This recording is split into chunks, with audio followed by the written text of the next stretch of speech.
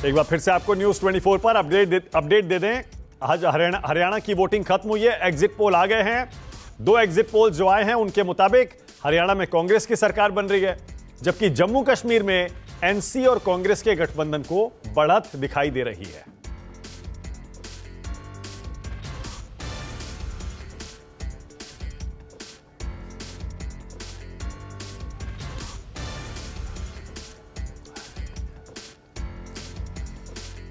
Okay, तो अब हम शुरू कर रहे हैं एक बार फिर से अपना महा एग्जिट पोल और उसकी कवरेज।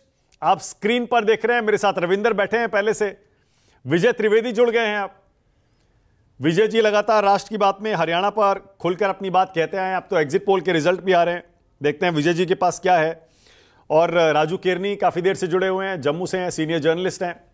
और आप देख रहे हैं आरपी सिंह आ गए हैं मेरे साथ, बीजेपी के प्रवक्ता हैं, और सैफ खान है पॉलिटिकल एनालिस्ट। आप सभी का स्वागत। आरपी सिंह, आपसे शुरू कर रहा हूं।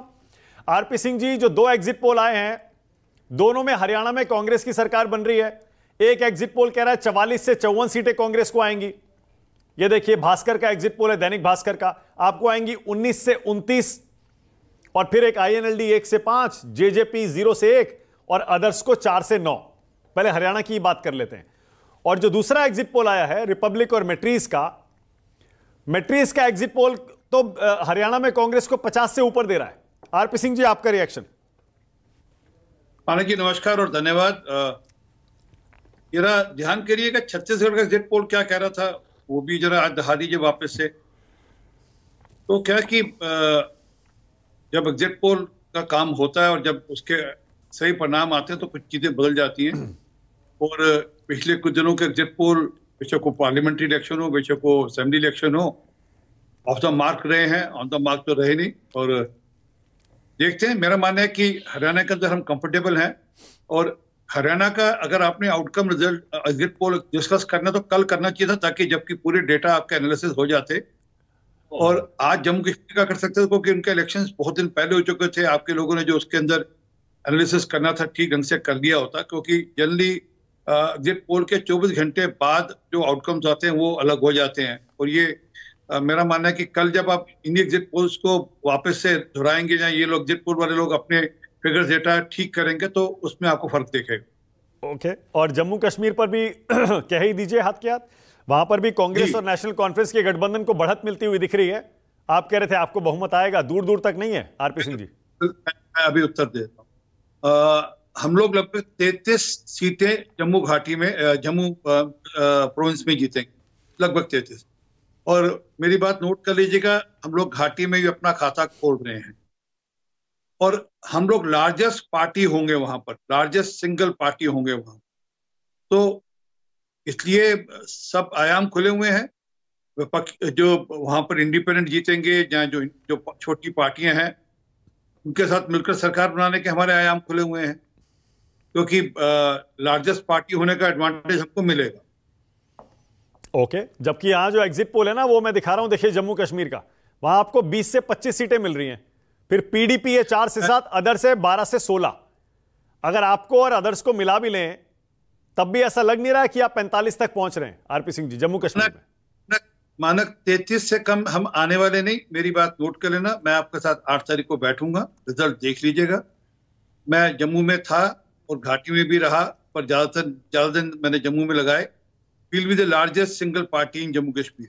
ठीक है, ओके। विजय त्रिवेदी, विजय जी, 2 एग्जिट पोल जो आए हैं, पहले हरियाणा, आपको क्या लग रहा है विजय जी, इनमें से कौन सा ज्यादा सही होगा? एक कह रहा है 44 से 54 कांग्रेस के लिए, एक कह रहा है 55 के आसपास। देखिए, दोनों जो एग्जिट पोल हैं वो केवल यही कह रहे हैं कि कांग्रेस की सरकार बनेगी, और जिस पर हम लोगों ने पहले भी चर्चा की थी, और ये बात बार बार हुई थी, शायद कल परसों भी हम लोगों ने चर्चा की थी कि कांग्रेस की सरकार वहां पर बनेगी। लेकिन मैं एक और बात कहना चाहता हूं कि मानक जी, हम सब लोगों ने, यानी जर्नलिस्ट ने, चैनल्स ने एग्जिट पोल करने में देर कर दी। भारतीय जनता पार्टी ने एग्जिट पोल 8 महीने पहले कर लिया था। समझे? और उस एग्जिट पोल के बाद जब उनको लगा कि खट्टर साहब के साथ नहीं चला जा सकता, चुनाव में नहीं जीता जा सकता, तो उन्होंने कोर्स करेक्शन किया और नायब सिंह सैनी साहब को लेकर आए। लेकिन वो तब तक बहुत देर हो चुकी थी। जो कोर्स करेक्शन किया गया उसमें देर हो चुकी थी, क्योंकि इसका जो पहला एग्जिट पोल था वो 2019 के विधानसभा चुनाव थे, जब आपको 10 सीटें पहले ही कम हो गई थी।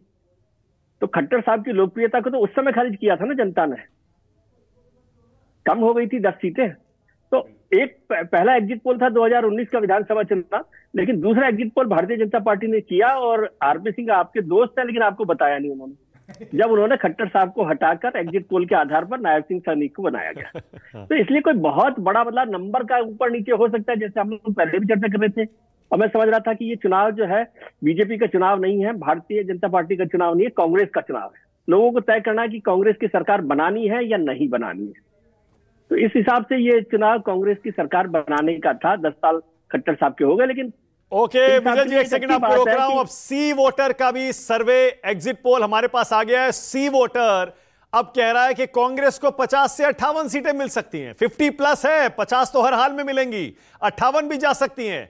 और सी वोटर के एग्जिट पोल के मुताबिक 20 से 28 मिलेंगी बीजेपी को और अदर्स को मिलेंगी 10 से 14। और मैं बार बार कह रहा हूं, अगर ये अदर्स का आंकड़ा बीजेपी के आंकड़े में जोड़ भी दिया जाए तब भी बहुमत के आंकड़े से बीजेपी हरियाणा में दूर रह सकती है। यह आ गया सी वोटर का आंकड़ा। महा एग्जिट पोल है आज, इसीलिए हर एग्जिट पोल के आंकड़े न्यूज 24 आपको दिखा रहा है। कांग्रेस को 50 से 58 सीटें, सी वोटर कह रहा है अदर्स को 10 से 14 और बीजेपी को 20 से 28। अगर आप 20 से 28 और 10 से 14 को जोड़ भी दें और मैक्सिमम फिगर पकड़े तब भी 28 और 14 जोड़कर होते हैं 42। बहुमत का आंकड़ा है 46। ऐसे में बीजेपी बहुमत से दूर रहेगी और कांग्रेस पार्टी की सरकार सी वोटर के मुताबिक हरियाणा में बनने जा रही है। मिनिमम 50 सीटें सी वोटर कह रहा है कांग्रेस पार्टी जीतेगी हरियाणा में। अब सी वोटर जम्मू कश्मीर को लेकर क्या कह रहा है जरा वो भी देख लीजिए। हरियाणा का आंकड़ा हो गया सी वोटर का 50 से 58। अब यह आ गया सी वोटर का जम्मू कश्मीर का आंकड़ा, जिसमें नेशनल कॉन्फ्रेंस और कांग्रेस को बहुमत मिल सकता है 40 से 48 सीटें एनसी और कांग्रेस को, बीजेपी 27 से 32, यानी बहुत ज्यादा पीछे बीजेपी नहीं है। पीडीपी को 6 से 12 और अदर्स को 6 से 11। बहुत ही दिलचस्प आंकड़ा है ये, अब खुद देख लीजिए आप।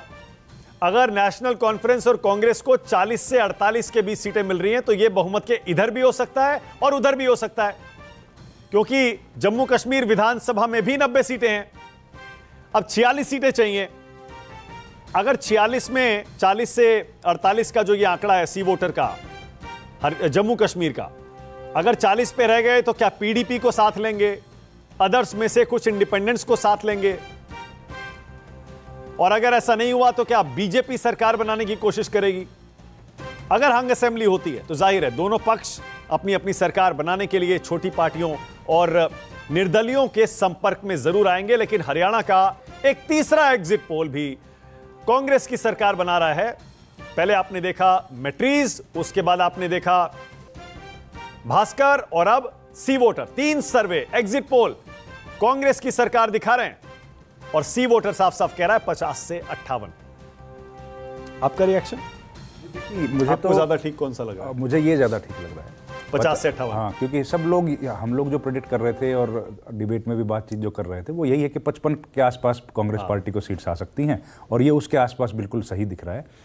40 से अगर, और लेकिन बीजेपी के लिए बहुत सम्मानजनक है। देखिए 20 से 28, कम से कम 25 के आसपास 20 आती हैं तो सम्मानजनक नहीं 58, अगर 50 के आसपास 25 से 30 आती हैं तो फिर भी ठीक है। बिल्कुल। लेकिन देखिए इसमें एक और बात है मानक भाई, ये जो हम बार बार जो सब जर्नलिस्ट और विश्लेषक कह रहे थे कि कांग्रेस पार्टी चुनाव नहीं लड़ रही है, ये चाहे कांग्रेस के बड़े नेता आए चाहे ना आए, लेकिन जनता जिस तरीके से मूड में है और जो एंटी इनकम्बेंसी है उसकी वजह से कांग्रेस एक ऑल्टरनेट है, उसके अलावा कोई दूसरा विकल्प है नहीं। तो ये उसी की जीत है। कांग्रेस ने तो अपनी जीत को 70 से घटा के 50 पे ले आई कांग्रेस पार्टी, तो पूरे एफर्ट्स किए उन्होंने तो। ओके, सैफ खान, सैफ आप कुछ कहना चाह रहे थे, बोलिए। देखिए सबसे पहले मैं जो अभी ये बातचीत चल रही है हरियाणा से अगर शुरुआत करें और उसके बाद जो है जम्मू कश्मीर में, उसकी एक वजह है जो आज ये फिगर्स भी सामने नजर आ रही है। और मैं आपको ये आश्वासन देता हूं कि अभी भी ये रिजल्ट्स जो हैं ये कांग्रेस के लिए, जहां पे अभी ये बात कर रहे थे, 58 से भी ज्यादा उम्मीदें हैं कांग्रेस से, और वो सामने निकल के आएंगे भी 8 तारीख को जो है, जैसे भारतीय जनता पार्टी के प्रतिनिधि यहाँ पे कह रहे थे 8 तारीख को चैनल पे बिल्कुल जो है बात करेंगे। उसकी बहुत बड़ी वजह जो है ये है कि अगर हम हरियाणा की अगर शुरुआत करें तो ये वो स्टेट है जहां 70% की जो आबादी है वो किसान लोगों की है, किसानी वहां पे होती है, यानी एग्रीकल्चर के ऊपर लोग जो है बेस्ड हैं। उसके ऊपर जहां 250 से ज्यादा जो है FIR अगर रजिस्टर हो किसानों के ऊपर, 700 से ज्यादा जो है किसान जो है अपनी जान दे चुके हों, उस स्टेट में भारतीय जनता पार्टी क्या उम्मीद भी रख सकती है? नहीं रख सकती है। आज अनएम्प्लॉयमेंट का रेशियो देख लीजिए, 37.4% है हरियाणा में, यानी हमारी नेशनल एवरेज का अगर आप बात करेंगे ज्यादा।